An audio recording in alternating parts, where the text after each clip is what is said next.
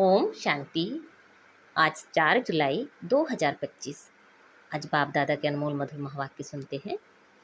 मीठे बच्चे, बंधन मुक्त बन सर्विस में तत्पर रहो, क्योंकि इस सर्विस में बहुत उच्च कमाई है। 21 जन्मों के लिए तुम वैकुंठ का मालिक बनते हो। आज की मुरली में प्रश्न है, हर एक बच्चे को कौन सी आदत डालनी चाहिए? उत्तर है, मुरली की पॉइंट्स पर समझाने की। ब्राह्मणी टीचर अगर कहीं चली जाती है तो आपस में मिलकर क्लास चलानी चाहिए। अगर मुरली चलाना नहीं सीखेंगे तो आप सामान कैसे बनाएंगे? ब्राह्मणी बिगर मूंझना नहीं चाहिए। पढ़ाई तो सिंपल है, क्लास चलाते रहो, यह भी प्रैक्टिस करनी है। आज की मुरली में गीत बजा है, मुखड़ा देख ले प्राणी दर्पण में। ओम शांति। बच्चे जब सुनते हैं तो अपने को आत्मा निश्चय कर बैठें और यह निश्चय करें कि बाप परमात्मा हमको सुना रहे हैं। यह डायरेक्शन अथवा मत एक ही बाप देते हैं। उनको ही श्रीमत कहा जाता है, अर्थात श्री श्रेष्ठ से श्रेष्ठ। वह है बेहद का बाप, जिसको उच्चते उच्च भगवान कहा जाता है। बहुत मनुष्य हैं जो उस लव से परमात्मा को बाप समझते भी नहीं हैं। भल शिव की भक्ति करते हैं, बहुत प्यार से याद करते हैं, परंतु मनुष्यों ने कह दिया है कि सभी में परमात्मा है, तो वह लव किसके साथ रखें? इसलिए बाप से विपरीत बुद्धि हो गए हैं। भक्ति में जब कोई दुख व रोग आदि होता है तो प्रीत दिखाते हैं, कहते हैं भगवान रक्षा करो। बच्चे जानते हैं गीता है श्रीमद् भगवान के मुख से गाई हुई, और कोई ऐसा शास्त्र नहीं जिसमें भगवान ने राजयोग सिखाया हो व श्रीमत दी हो। एक ही भारत की गीता है जिसका प्रभाव भी बहुत है। एक गीता ही भगवान की गाई हुई है। भगवान कहने से एक निराकार तरफ ही दृष्टि जाती है। अंगुली से इशारा ऊपर में करेंगे। श्री कृष्ण के लिए ऐसे कभी नहीं कहेंगे, क्योंकि वह तो देहधारी है ना। तुमको अब उनके साथ संबंध का पता पड़ा है, इसलिए कहा जाता है बाप को याद करो, उनसे प्रीत रखो। आत्मा अपने बाप को याद करती है। अभी वह भगवान बच्चों को पढ़ा रहे हैं, तो वह नशा बहुत चढ़ना चाहिए, और नशा भी स्थायी चढ़ना चाहिए। ऐसे नहीं ब्राह्मणी सामने है तो नशा चढ़े, ब्राह्मणी नहीं तो नशा उड़ जाए। बस ब्राह्मणी बिगर हम क्लास नहीं कर सकते। कोई कोई सेंटर्स के लिए बाबा समझाते हैं, कहाँ से 5-6 मास भी ब्राह्मणी निकल जाती है तो आपस में सेंटर संभालते हैं, क्योंकि पढ़ाई तो सिंपल है। कई तो ब्राह्मणी बिगर जैसे अंधे लूले ही हो जाते हैं। ब्राह्मणी निकल आई तो सेंटर में जाना छोड़ देंगे। अरे बहुत बैठे हैं, क्लास नहीं चला सकते हो। गुरु बाहर चला जाता है तो चेले पिछाड़ी में संभालते हैं ना। बच्चों को सर्विस करनी है, स्टूडेंट में नंबरवार तो होते ही हैं। बाप दादा जानते हैं कहाँ फर्स्ट क्लास को भेजना है। बच्चे इतने वर्ष सीखे हैं, कुछ तो धारणा हुई होगी जो सेंटर को चलाएं आपस में मिलकर। मुरली तो मिलती ही है, पॉइंट्स के आधार पर ही समझाते हैं। सुनने की आदत पड़ी, फिर सुनाने की आदत पड़ती नहीं। याद में रहे तो धारणा भी हो। सेंटर पर ऐसे तो कोई होने चाहिए जो कहें, अच्छा ब्राह्मणी जाती है, हम सेंटर को संभालते हैं। बाबा ने ब्राह्मणी को कहाँ अच्छे सेंटर पर भेजा है सर्विस के लिए। ब्राह्मणी बिगर मूंझ नहीं जाना चाहिए। ब्राह्मणी जैसे नहीं बनेंगे तो दूसरों को आप समान कैसे बनाएंगे, प्रजा कैसे बनाएंगे? मुरली तो सबको मिलती है, बच्चों को खुशी होनी चाहिए। हम गद्दी पर बैठ समझाएं, प्रैक्टिस करने से सर्विसेबल बन जाएंगे। बाबा पूछते हैं, सर्विसेबल बने हो? तो कोई भी नहीं निकलते हैं। सर्विस के लिए छुट्टी ले लेनी चाहिए। जहाँ भी सर्विस के लिए बुलावा आए वहाँ पर छुट्टी लेकर चले जाना चाहिए। जो बंधन मुक्त बच्चे हैं वही ऐसी सर्विस कर सकते हैं। उस गवर्नमेंट से तो इस गवर्नमेंट की कमाई बहुत उच्च है। भगवान पढ़ाते हैं जिससे तुम 21 जन्मों के लिए वैकुंठ का मालिक बनते हो। कितनी भारी आमदनी है, उस कमाई से क्या मिलेगा? अल्पकाल का सुख। यहाँ तो विश्व का मालिक बनते हो। जिनको पक्का निश्चय है वह कहेंगे हम इसी सेवा में लग जाएं, परंतु पूरा नशा चाहिए। देखना है हम किसी को समझा सकते हैं? है बहुत सहज। कलयुग अंत में इतने करोड़ मनुष्य हैं, सतयुग में जरूर थोड़े होंगे। उसकी स्थापना के लिए जरूर बाप संगम पर ही आएंगे। पुरानी दुनिया का विनाश होना है। महाभारत लड़ाई भी मशहूर है। यह लगती ही तब है जबकि भगवान आकर सतयुग के लिए राजयोग सिखलाए, राजाओं का राजा बनाते हैं, कर्मातीत अवस्था को प्राप्त कराते हैं। कहते हैं देह सहित देह के सब संबंध छोड़ मामे कम याद करो तो पाप कटते जाएंगे। अपने को आत्मा समझ बाप को याद करना, यही मेहनत है। योग का अर्थ एक भी मनुष्य नहीं जानते हैं। बाप समझाते हैं भक्ति मार्ग की भी ड्रामा में नूंद है। भक्ति मार्ग चलना ही है, खेल बना हुआ है। ज्ञान भक्ति वैराग्य, वैराग्य भी दो प्रकार का होता है। एक है हद का वैराग्य, दूसरा है यह बेहद का वैराग्य। अभी तुम बच्चे सारी पुरानी दुनिया को भूलने का पुरुषार्थ करते हो, क्योंकि तुम जानते हो हम अब शिवालय पावन दुनिया में जा रहे हैं। तुम सब ब्रह्मा कुमार कुमारियां भाई बहन हो, विकारी दृष्टि जा ना सके। आजकल तो सबकी दृष्टि क्रिमिनल हो गई है, तमो प्रधान है ना। इसका नाम ही है नर्क, परंतु अपने को नर्कवासी समझते थोड़े ही हैं। स्वयं का पता ही नहीं तो कह देते स्वर्ग नर्क यहाँ ही है। जिसके मन में जो आया वह कह दिया। यह कोई स्वर्ग नहीं है, स्वर्ग में तो किंगडम थी, रिलीजियस राइटियस थे, कितना बल था। अभी फिर तुम पुरुषार्थ कर रहे हो, विश्व का मालिक बन जाएंगे।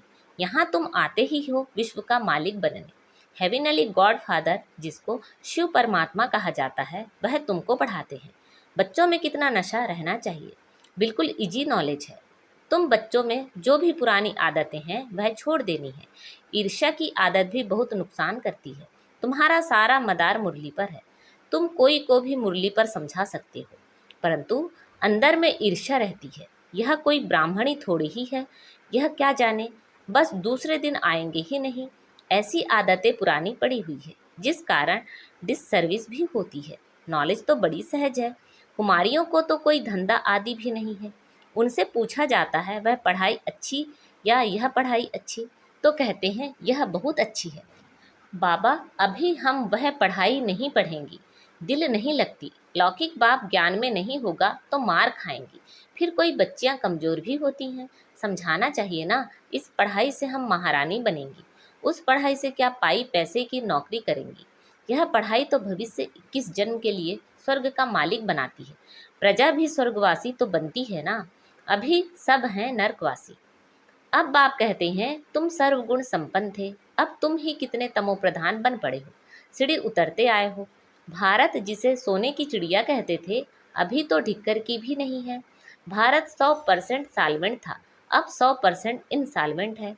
तुम जानते हो हम विश्व के मालिक पारसनाथ थे, फिर 84 जन्म लेते लेते अब पत्थरनाथ बन पड़े हैं तो मनुष्य ही, परंतु पारसनाथ और पत्थरनाथ कहा जाता है।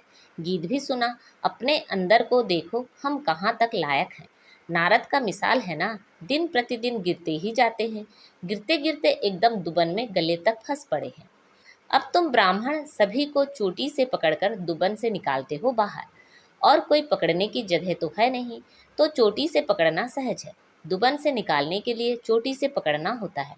दुबन में ऐसे फंसे हुए हैं जो बात मत पूछो। भक्ति का राज्य है ना। अभी तुम कहते हो बाबा हम कल्प पहले भी आपके पास आए थे राज्य भाग्य पाने। लक्ष्मी नारायण के मंदिर भल बनाते रहते हैं, परंतु उनको यह पता नहीं है कि यह विश्व के मालिक कैसे बने। अभी तुम कितने समझदार बने हो, तुम जानते हो इन्होंने राज्य भाग्य कैसे पाया, फिर 84 जन्म कैसे लिए। बिरला कितने मंदिर बनाते हैं, जैसे गुड़िया बना लेते हैं, वह छोटी छोटी गुड़िया या फिर बड़ी गुड़िया बनाते हैं, चित्र बनाकर पूजा करते हैं। उनका ऑक्यूपेशन ना जानना तो गुड़ियों की पूजा हुई ना। अभी तुम जानते हो बाप ने हमको कितना साहूकार बनाया था, अब कितने कंगाल बन पड़े हैं। जो पूज्य थे सो अब पुजारी बन पड़े हैं। भक्त लोग भगवान के लिए कह देते आपे ही पूज्य आपे ही पुजारी। आप ही सुख देते हो, आप ही दुख देते हो, सब कुछ आप ही करते हो, बस इसमें ही मस्त हो जाते हैं। कहते हैं आत्मा निर्लेप है, कुछ भी खाओ पियो मौज करो। शरीर को लेप छेप लगता है, वह गंगा स्नान से शुद्ध हो जाएगा। जो चाहिए सो खाओ, क्या क्या फैशन है, बस जिसने जो रिवाज डाला वह चल पड़ता है। अब बाप समझाते हैं विषय सागर से चलो शिवालय में। सतयुग को क्षीर सागर कहा जाता है, यह है विषय सागर। तुम जानते हो हम 84 जन्म पतित बने हैं, तब तो पतित पावन बाप को बुलाते हैं। चित्रों पर समझाया जाता है तो मनुष्य सहज समझ जाए। सीढ़ी पे पूरा 84 जन्मों का वृत्तांत है, इतनी सहज बात भी किसी को समझा नहीं सकेंगे, तो बाबा समझेंगे पूरा पढ़ते नहीं है। उन्नति नहीं करते हैं। तुम ब्राह्मणों का कर्तव्य है भ्रमरी के मिसल कीड़ों को भूं भूं कर आप समान बनाना, और तुम्हारा पुरुषार्थ है सर्प के मिसल पुरानी खाल छोड़ नई लेने का। तुम जानते हो यह पुराना सड़ा हुआ शरीर है, इनको छोड़ना है। यह दुनिया भी पुरानी है, शरीर भी पुराना है, यह छोड़कर अब नई दुनिया में जाना है। तुम्हारी यह पढ़ाई है ही नई दुनिया स्वर्ग के लिए, यह पुरानी दुनिया खलास हो जानी है। सागर की एक ही लहर से सारा डावाडोल हो जाएगा। विनाश तो होना ही है, नेचुरल कैलेमिटीज किसी को भी छोड़ती नहीं है। अच्छा, मीठे मीठे से खिलते बच्चों प्रति माता पिता बाप दादा का याद प्यार और गुड मॉर्निंग। रूहानी बाप की रूहानी बच्चों को नमस्ते। हम सब रूहानी बच्चों की रूहानी माता पिता बाप दादा को याद प्यार, गुड मॉर्निंग और नमस्ते। आज के मुरली से धारणा के लिए मुख्य सार हैं, अंदर जो ईर्ष्या आदि की पुरानी आदतें हैं उसे छोड़ आपस में बहुत प्यार से मिलकर रहना है। ईर्ष्या के कारण पढ़ाई नहीं छोड़नी है। इस पुराने सड़े हुए शरीर का भान छोड़ देना है। भ्रमरी की तरह ज्ञान की भूं भूं कर कीड़ों को आप समान बनाने की सेवा करनी है। इस रूहानी धंधे में लग जाना है। आज बाबा ने हमें वरदान दिया है, मनसा बंधनों से मुक्त अतीन्द्रिय सुख की अनुभूति करने वाले मुक्तिदाता भव। मनसा बंधनों से मुक्त अतीन्द्रिय सुख की अनुभूति करने वाले मुक्तिदाता भव। अतीन्द्रिय सुख में झूलना यह संगम युगी ब्राह्मणों की विशेषता है, लेकिन मनसा संकल्पों के बंधन आंतरिक खुशी व अतीन्द्रिय सुख का अनुभव करने नहीं देते। व्यर्थ संकल्पों, ईर्ष्या, अलबेलेपन व आलस्य के संकल्पों के बंधन में बंधना ही मनसा बंधन है। ऐसी आत्मा अभिमान के वश दूसरों का ही दोष सोचती रहती है, उनकी महसूसता शक्ति समाप्त हो जाती है। इसलिए इस सूक्ष्म बंधन से मुक्त बनो, तब मुक्तिदाता बन सकेंगे।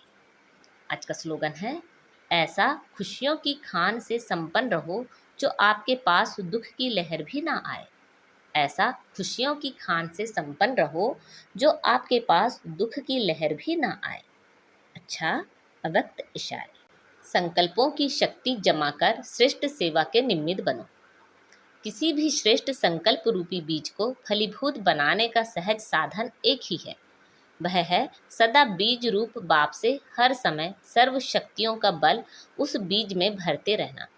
बीज रूप द्वारा आपके संकल्प रूपी बीज सहज और स्वतः वृद्धि को पाते फलीभूत हो जाएंगे, संकल्प शक्ति जमा हो जाएगी।